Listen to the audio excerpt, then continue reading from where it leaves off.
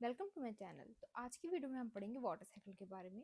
Water cycle के बारे में आज मैं आपको सब कुछ समझा दूंगी कि उसमें कौन कौन से प्रोसेस होते हैं, और ये अगर वीडियो आपने एक बार देख ली तो आप वाटर साइकिल का कंसेप्ट जो है वो कभी भी भूल नहीं पाओगे। तो हम स्टार्ट करते हैं। ये हमारा अर्थ है, ठीक है। अब अर्थ जो है उसमें कितने परसेंट हमारा वाटर है और कितने परसेंट लैंड है। तो अगर हम देखें तो 70% जो है ये अर्थ में वाटर है और 30% लैंड है अप्रोक्स। तो अब हम ये जानेंगे कि अर्थ को ब्लू प्लेनेट क्यों कहा जाता है। तो मैंने अभी जैसे आपको बताया, क्योंकि अर्थ जो है उसमें 70% वाटर है, इसलिए हम अर्थ को कहते हैं कि ये एक ब्लू प्लेनेट है। यहाँ पे मैंने आपको लिख के दिए सोर्सेज ऑफ वाटर। अब सबसे पहले सॉल्टी वाटर कहाँ पे मिलेगा? ओशन में। ओशन में आपको पता है सॉल्टी वाटर होता है जो कि अनफिट होता है फॉर कंजम्पशन, मतलब हम उसे पी नहीं सकते हैं। उसके बाद आता है फ्रेश वाटर। फ्रेश वाटर कहाँ पे मिलेगा? लेक्स में, पॉन्ड्स में, वेल में, ठीक है। अब यहाँ पे क्या ध्यान देने वाली बात है कि ये जो पानी है ये कभी खत्म क्यों नहीं होता है। मतलब पानी, हम सुनते नहीं वाटर लेवल जो ग्राउंड लेवल है वो कम हो जा रहा है, कम हो जा रहा है, कम हो जा रहा है, पर पानी खत्म क्यों नहीं हो रहा है? तो पानी खत्म क्यों नहीं होता, इसका आंसर इसी वीडियो में आपको मिलेगा। अब हम देख लेते हैं कि डेफिनेशन क्या है वाटर साइकिल की। बहुत इंपॉर्टेंट डेफिनेशन है। This cycle that involves the continuous, वो वाला साइकिल जो कि कंटिन्यूस इन्वॉल्व करता है circulation of water. Circulation of water means evaporation, जो प्रोसेस के थ्रू जो वाटर ट्रेवल करता है। जैसे इवेपोरेशन होती है, ट्रांसपिरेशन होती है, फिर कंडेंसेशन होती है, प्रेसिपिटेशन होती है, कलेक्शन होता है, इसको हम कहते हैं सर्कुलेशन ऑफ वाटर, ठीक है। ये सारा एक साइकिल है। इन दी एटमॉस्फेयर में सारा साइकिल चलता है। वेपोरेशन हो गया, कंडेंसेशन, प्रेसिपिटेशन, ट्रांसपिरेशन, सारे, ठीक है, is called as water cycle. तो वाटर साइकिल तो आपको क्लियर हो गया, ठीक है। अब ये इमेज आप ध्यान से देखो, ये जो इमेज है इसमें अगर आप देखोगे तो इसमें कौन कौन से प्रोसेस हो रहे हैं? वेपोरेशन हो रहा है, ट्रांसपिरेशन हो रहा है, कंडेंसेशन हो रहा है, प्रेसिपिटेशन हो रहा है, उसके बाद कलेक्शन हो रही है। तो ये सारे जो भी टॉपिक और प्रोसेस, ये सारे प्रोसेस है, ये सब हम अब पढ़ते हैं वन बाय वन, ठीक है। तो अब हम स्टार्ट करेंगे थ्रू दी इवेपोरेशन। तो सबसे पहला जो प्रोसेस आता है वो होता है इवेपोरेशन का वाटर साइकिल में। इवेपोरेशन क्या होता है? The transfer of water from the surface of the earth. Surface of the earth से जो भी वाटर है वो क्या हो जाता है? वाटर वेपर में कन्वर्ट हो जाता है, ठीक है। लिक्विड से किस में कन्वर्ट हो जाएगा? वो गैस में, ठीक है। To the atmosphere in gaseous और vapour state is known as evaporation. अब यहाँ पे दो बहुत मेन कंसेप्ट और डिफरेंस आपको समझने की जरूरत है। देखो वेपोरेशन और सब्लिमेशन, सब्लिमेशन क्या होता है, ठीक है। वेपोरेशन तो मैंने आपको बता दी, अब हम सब्लिमेशन भी देखेंगे। वेपोरेशन में आपकी जो लिक्विड होता है ना, लिक्विड टू गैस होता है चेंज। और सब्लिमेशन में क्या होता है? सब्लिमेशन में सॉलिड टू गैस। सॉलिड में क्या आ जाएगा? आइस। आइस वगैरह सॉलिड में आ जाएगा। तो आइस से जब गैस में चेंज होगा तो सब्लिमेशन, लिक्विड से जब गैस में चेंज होगा तो वेपोरेशन। तो अब देखो आगे जो हम टॉपिक पढ़ेंगे वो है ट्रांसपिरेशन। ट्रांसपिरेशन जो है वो क्या होता है? देखो ट्रांसपिरेशन होता है जब ये जो पत्ते होते हैं, जो लीव्स होते हैं, ट्री होते हैं, उनके पोर्स में से भी वेपोरेशन होती है। उस प्रोसेस को हम कहते हैं ट्रांसपिरेशन, ठीक है।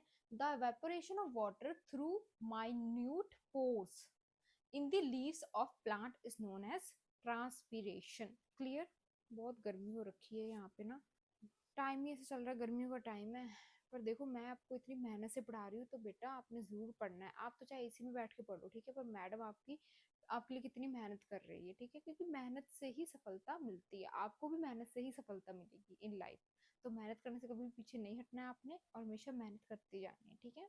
तो चलो आगे हम पढ़ते हैं अपना न्यू टॉपिक, जो कि है इवेपोर ट्रांसपिरेशन और टोटल इवेपोरेशन। ये एक न्यू कंसेप्ट भी हो सकता है कई बच्चों के लिए जिनको नहीं क्लियर था ये पहले। तो transpiration and evaporation from all water, soil, snow, ice and other surfaces are lumped together, then they are called evaporation, total evaporation और evapotranspiration, ठीक है। तो इन सिंपल लैंग्वेज में आपको समझाती हूँ, जब evaporation और ट्रांसपिरेशन जो है वो ये दोनों जो प्रोसेस है ये इकट्ठे होते हैं ना, तब हम इन्हें कहते हैं टोटल evaporation या फिर इवेपोट्रांसपिरेशन, मतलब कि वो चाहे फिर वो लेक से हो, ओशन से हो, वहां से भी इवेपोरेशन हो रही है, और अगर ट्रीज के जो सर्फेसिस है उससे भी, ठीक है, ट्रीज या फिर जो भी लीव्स होगी उनके माइन्यूट पोर्स है उनमें से भी आपकी हो रही है वेपोरेशन, जिसे हम ट्रांसपिरेशन कहते हैं, हमने अभी पढ़ा था।